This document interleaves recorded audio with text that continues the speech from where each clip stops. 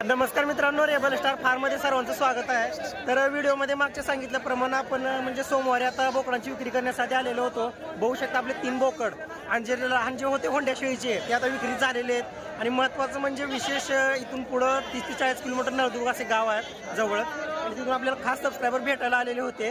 कारण मी त्यांना सांगितलेलं होतं की व्हिडिओमध्ये, आणि त्यांनी व्हिडिओ बघितल्यानंतर खास भेटण्यासाठी आलेले होते आणि खूप आनंद झाला मला सुद्धा। महत्त्वाचं म्हणजे आणि सोमनाथ आलेले होते महत्वाचं, आणि ते बघू शकता इस्माईल वगैरे आणि आम्ही 3 जण आलेलो होतो सोबत एकत्र पिकअपमध्ये, सर्वांना माहितीच आहे। आणि गेल्या 31च्या वेळेस जो बोकड विक्री केलेला होता तो आम्ही दोघांनाच केलेला होता। बघू शकता हे 3 बोकड आणि काही पिल्लं वगैरे आपण आणलेलो होतो।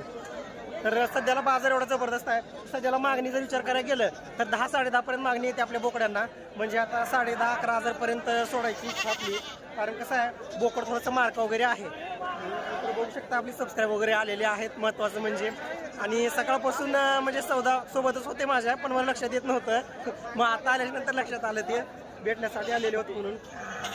तर ठीक आहे, आणि महत्त्वाचं म्हणजे नवीन बंदिस्त शेळी पालन फार्म चालू करायचे यांना, त्यासाठी थोडंसं चर्चा करण्यासाठी आलेले होते मित्रांनो। तर मित्रांनो, जे आपले खोंड्या शेळीचे जे बोकड होते ते बोकड आणि एक फाट जे बारीक बसले होते, 3 पिल्लाची शेळी होती, तेवढं का दूध बी पुराय नव्हतं, मग ती विकली आपण 15-16 हजार रुपयाला, आणि जबरदस्त गेले बरं का पिल्ले ते। पण झालं काय, जे 3 जे बोकड होते ते 3 बोकड 9, 9.5, 10, 10.5 पर्यंत पण मागणी झालेली होती। पण माझ्या मनात होतं द्यायचं ते, पण मग इस्माईल जो आहे यानं म्हणला नाही बा, बोकड द्यायचंच नाही, म्हणजे बोकड द्यायचं तर 12,000 प्लसनंच द्यायचं, 13,000 प्लसनंच द्यायचं। मग ते बोकड परत आणले मित्रांनो। आणि ज्यावेळेस मकर संक्रांत कर कधी असते 12 तारखेला आणि परत बोकड न्यायचे आणि जबरदस्त मग आणि विक्री करून टाकायची बोकडांची, असं नियोजन केलेलं आहे। मग परत येताना मग थोडंसं खुराकाचं नियोजन वगैरे करून आणलेलं आहे। मग आता इथून पुढे एक 20 दिवस, बरोबर 20 दिवस आपल्या बोकडांचं जबरदस्त संगोपन करायचं अजून, जेणेकरून व्यवस्थित किंमत येईल। तसं विचार करायला गेलं तर 10,000ला मागणी आलेली होती, 30-35 म्हणजे 45,000 पर्यंत ते सर्व द्यायचं माझं होतं नियोजन। पण इस्माईलचं आणि सोबत आले एक जो मित्र होता त्यांचं म्हणलं की बाबा बोकड परत आणायचंच आहे आपल्याला, म्हणजे बोकड काही विक्री करायचंच नाही। मग ठीक आहे म्हणलं, मग परत आणले आपण 3 बोकड। आणि कशामुळं रे, तुला काय वाटतंय का बरं आणलं बोकड परत? मी तर विक्री कर म्हणला तो त्याला,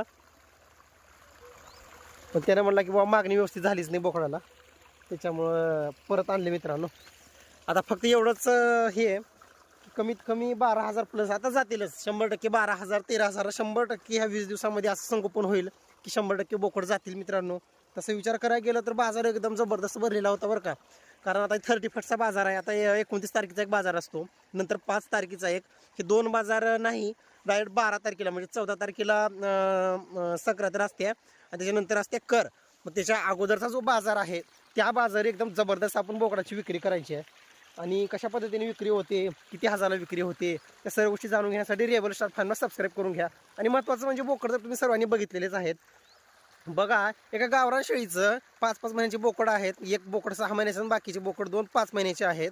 पण तरी सुद्धा जर 10-10, 10.5 हजार जर मागणी जर होत असेल, मग तुम्हीच विचार करा मित्रांनो शेळीपालन किती परवडतंय। आणि विशिष्ट अशी काहीच म्हणजे असं काही जात आहे का ते की बाबा चांगल्या महागडी ब्रीड वगैरे आपण म्हणत असतो किंवा जात ह्या जातीची त्या जातीची शेळी, अजिबात नाही। आपली गावरान जे की रेग्युलरची शेळी पिढ्यानपिढ्या चालत आलेली जी आहे त्या शेळींचे बोकड वगैरे आहेत मित्रांनो, तरी सुद्धा एवढी मागणी होते। मी मागे व्हिडिओ टाकला होता की 6 महिन्याचा बोकड 10,000 प्लस विक्री करत असतो, बऱ्याच जणांना विश्वास बसला नाही। 6 महिन्याचा बोकड आमचा 20 किलोचा राहते, 30 किलो 35 किलो प्लस बोकड आहेत मित्रांनो आपली सध्या 100% आहेत मित्रांनो बोकड।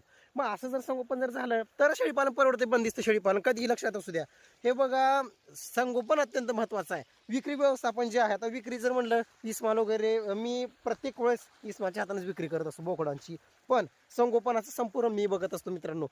बघा, जन्म म्हणजे बघा शेळीचा लागवड होईपर्यंत पिल्लू जन्मले आहे पहिल्या दिवसापासून ते पूर्ण विक्रीपर्यंत संगोपन माझ्याकडे असते संपूर्ण। मग संगोपन जर तुम्हाला जर करता आलं तर तुम्हाला पैसा पण तसा भेटत असतो मित्रांनो, कधीही लक्षात असू द्या।